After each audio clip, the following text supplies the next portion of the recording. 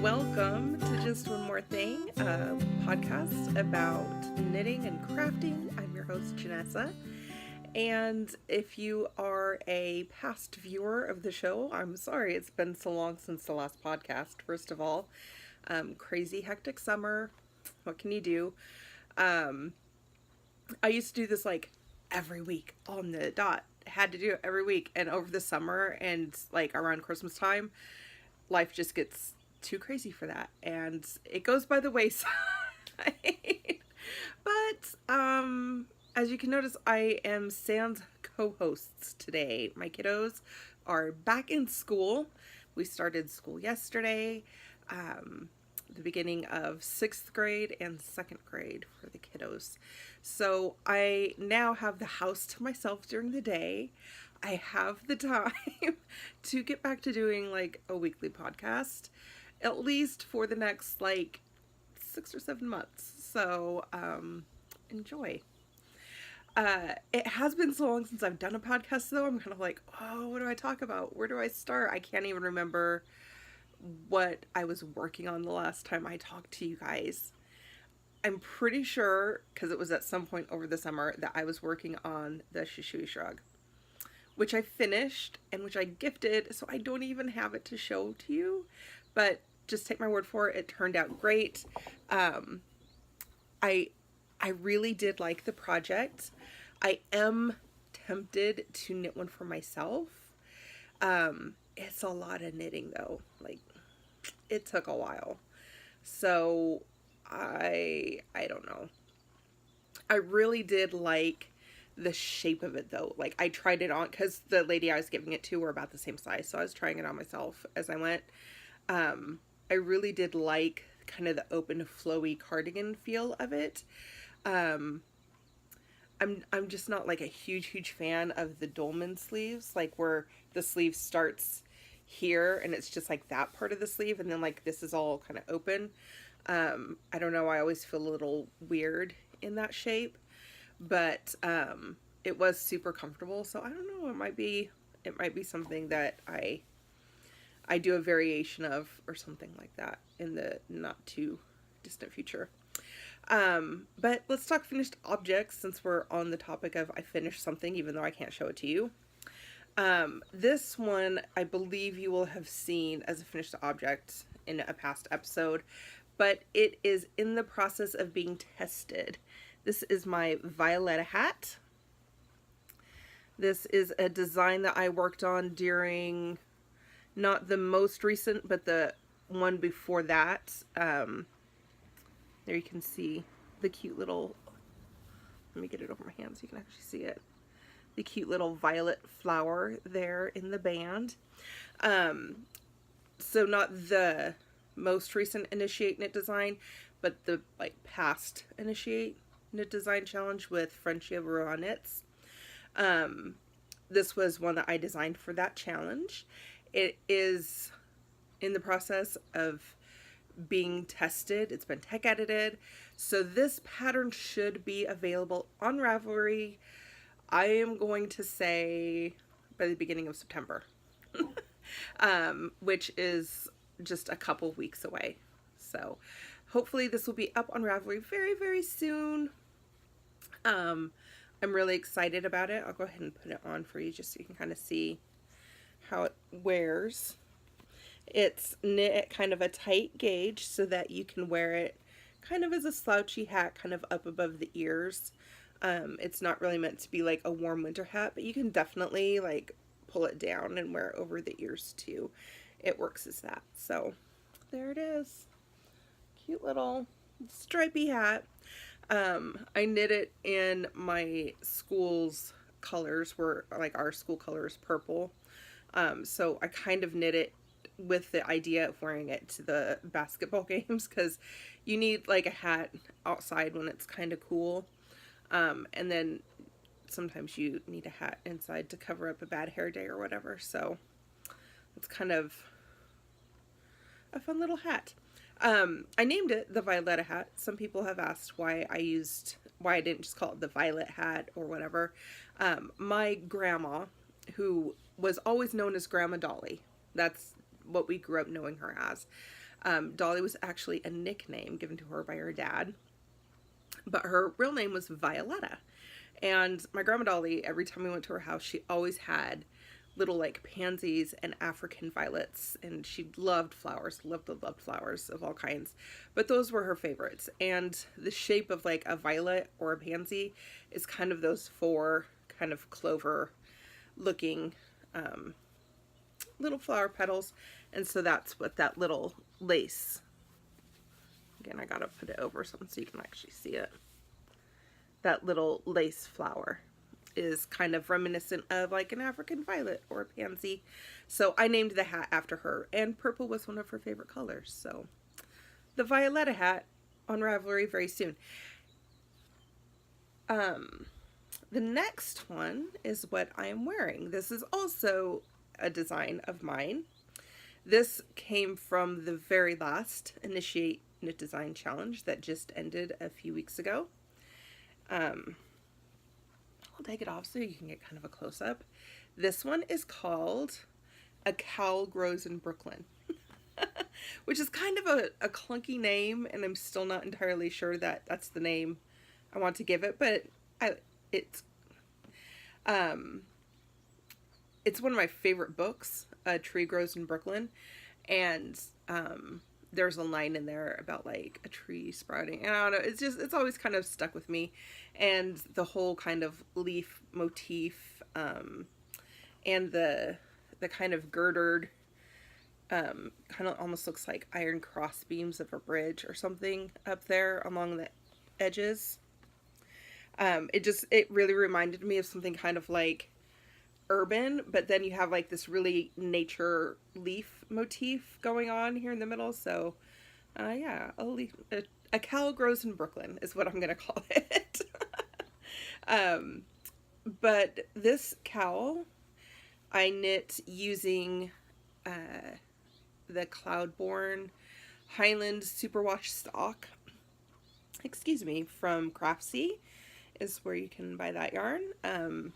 The leaf stitch was a variation of one that I took from this book, the Japanese Knitting Stitch Bible. This is one of my favorite stitch dictionaries. It is just packed full of really intricate, pretty lace and cables, and super visual stitch patterns. But they are also incredibly, I'm just going to give you like a super sneer, you can kind of see the charts, are really, really involved. Like there is not a chart in here that is just straightforward that you can just like try to memorize it and not worry about it anymore. It's pretty much you got to pay attention to every single line.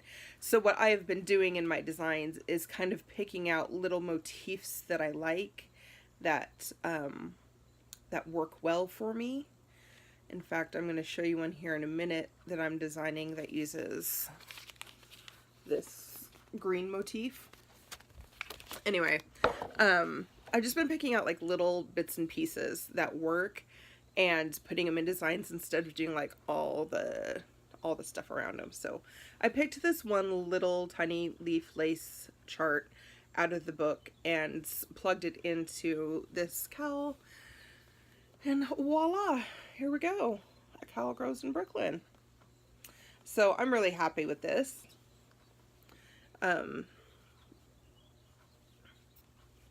Get it all situated again.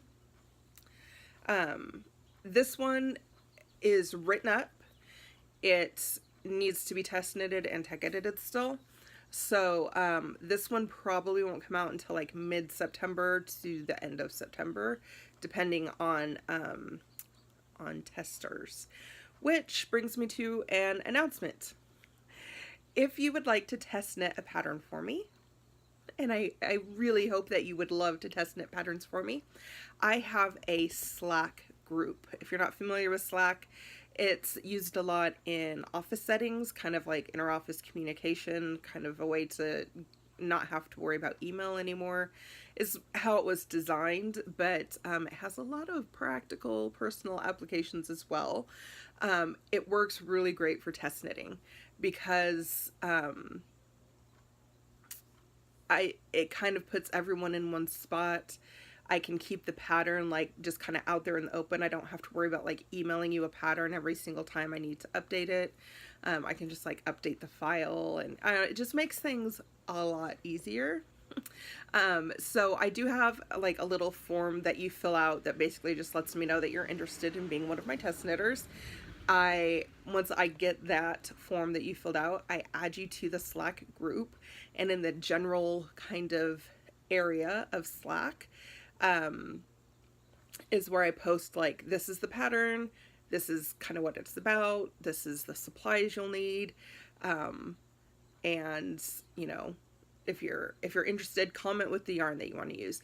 Now, I know sometimes, especially like when you're working with big name designers that have been out there for a while and their patterns are like super popular, there's a lot of competition for test knitting, so you might like put yourself out there as a test knitter and then not get to test the pattern, and that can be a little frustrating sometimes maybe.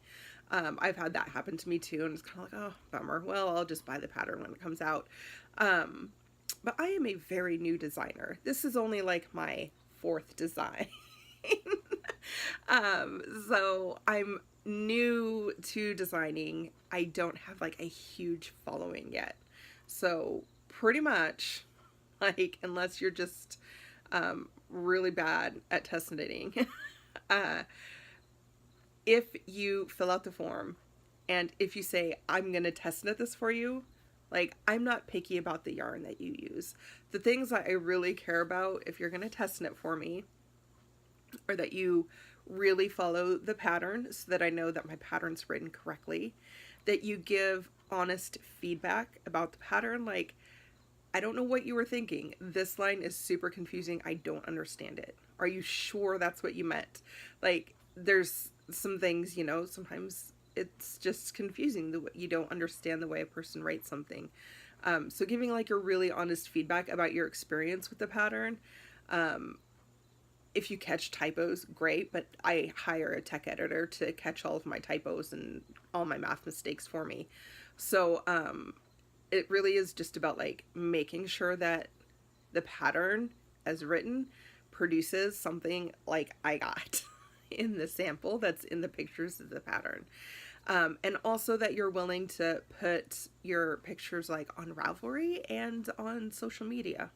Like, if you can, you know, put a hashtag and post a little picture about it and a little honest review about it on Instagram or on Facebook, or especially like project pages on Ravelry, that's super. Like, those are really the 3 things I care about. That you follow the pattern, that you give me your honest feedback, and that you help me promote the pattern as it gets released.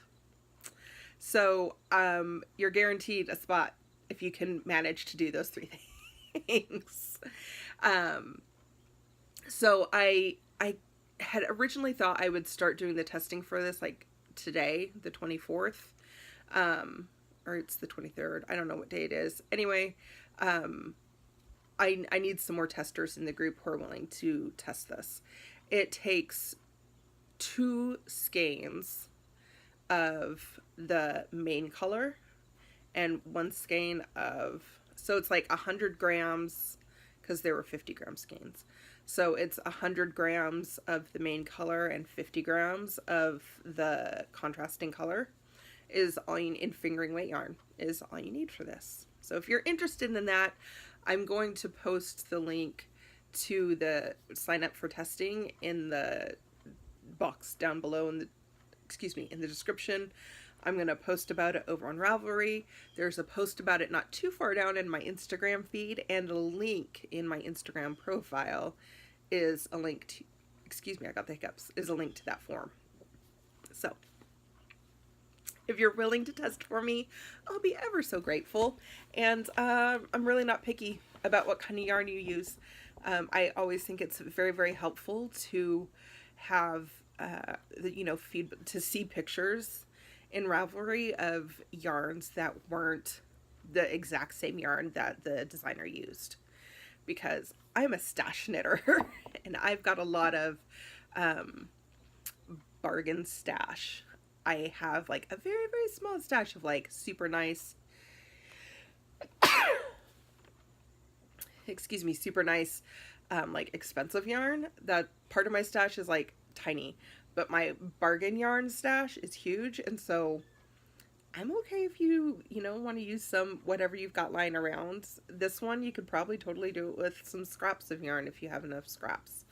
So that is that announcement. On to, while we're talking about like all of my designs, I might as well just get all the self-promotion out of the way.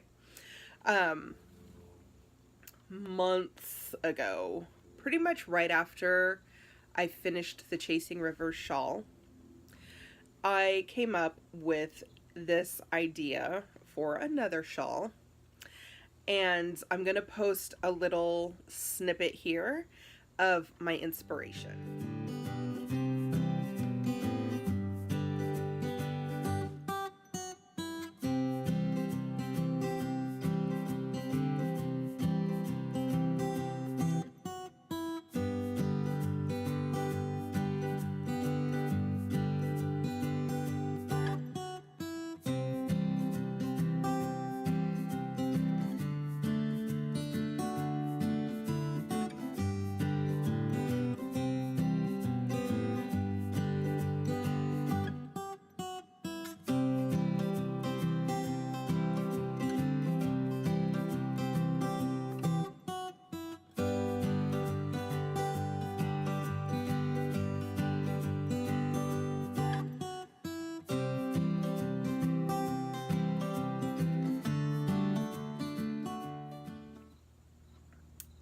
So, I hope you weren't afraid of heights as you were watching that. I had a lot of people tell me that, like, watching that video just gave them the absolute creeps because of the height thing. But that video came from a little weekend trip that we took over the past weekend to Boone, Iowa. And in Boone, Iowa, they have the Boone Valley Historic Railroad train excursions and museum. And basically, it's a bunch of kind of, they're not super antique, but they are retired, definitely retired trains. A lot of like mid-century type trains, and some like really early 19th century type trains as well. They do have like one steam engine. But anyway, they have different excursions. Like they have a dinner car train, and they have just like an outing kind of a train. They have like around town trolley trains too. But for Emerson's birthday, he really wanted to go on a train ride. And so my mom got him train tickets for this little train excursion. It was a fun weekend. She like surprised the kids. She flew in, all went well.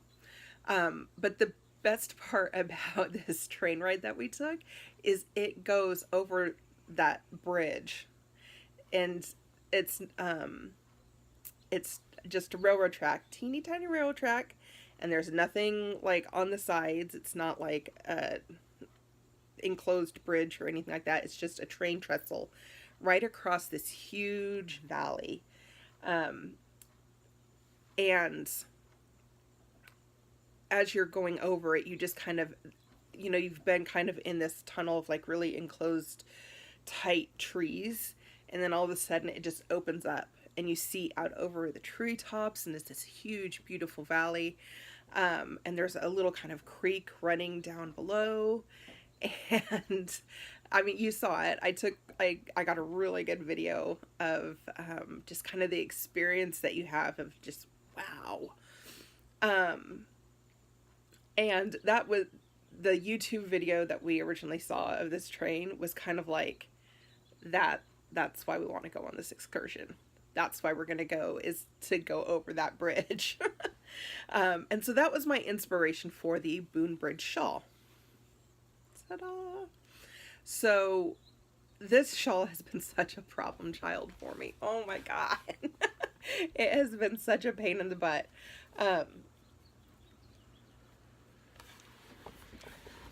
It has been such a pain. So I could not for the, I knew I wanted to do something asymmetrical. Here, I'll show you. I think I've shown you these sketches before. So that was kind of my original thought idea. I wanted kind of an asymmetrical design. I wanted it to kind of start here in the corner and work out flat. So I knew I didn't want it to be like even on both sides. And I wanted something down the middle that kind of represented the train trestle. And I wanted texture over here to be at the tops of the trees. So I did everything from doing like really thick braided cables. That didn't really remind me of the train tracks. For the texture, I tried moss stitch, but that got super monotonous. Like once you got up past 50 stitches, I even had the insane idea to do like moss stitch and baubles.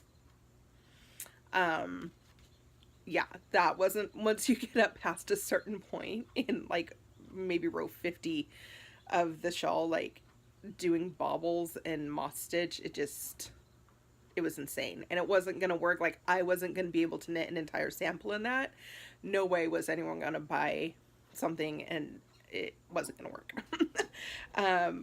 I even did like a brioche cable for the train tracks, which I really liked and will probably put in something else at some point. It didn't work. I came up with different like sketches, like, well, maybe if like I do a big garter, you know, big garter bumps here, and then like do the moss stitch and the baubles up there. I tried all different ideas.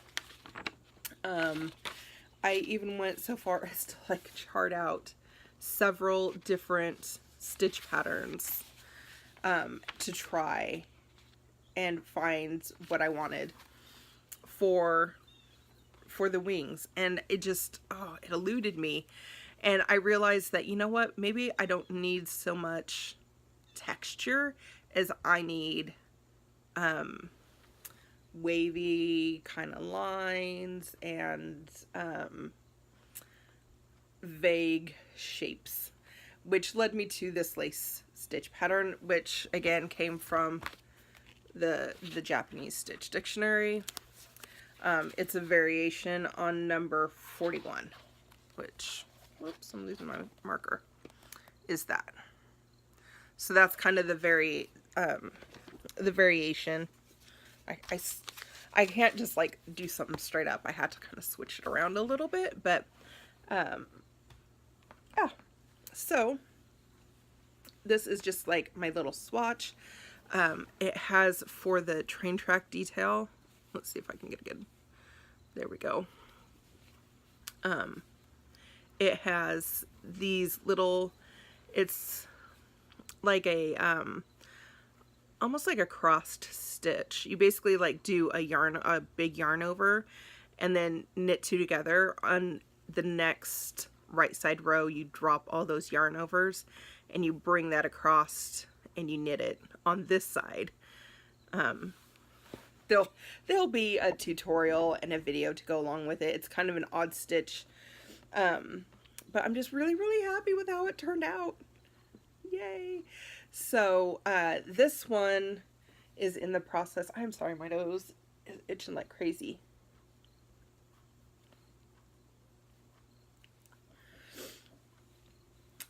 So this one is in the process of being written up. And as far as like, I have to knit a sample and get pictures and like the whole process, this one probably won't come out until like October-ish. But it is definitely going to be in progress, and I'm super excited that everything finally came together on this one because, oh my god, I thought it never would. So enough about like my designs. Let's talk about what I'm knitting. Months and months and months ago, my mom asked if I would knit her a sweater. And after the fiasco of the buffalo vest that you, if you don't know what I'm talking about, go back to this past Christmas in my episodes. And yeah, I went through like this whole spinning of yarn that took years, and then I knit a vest and it didn't fit. It fit, it didn't fit the way she wanted it to fit.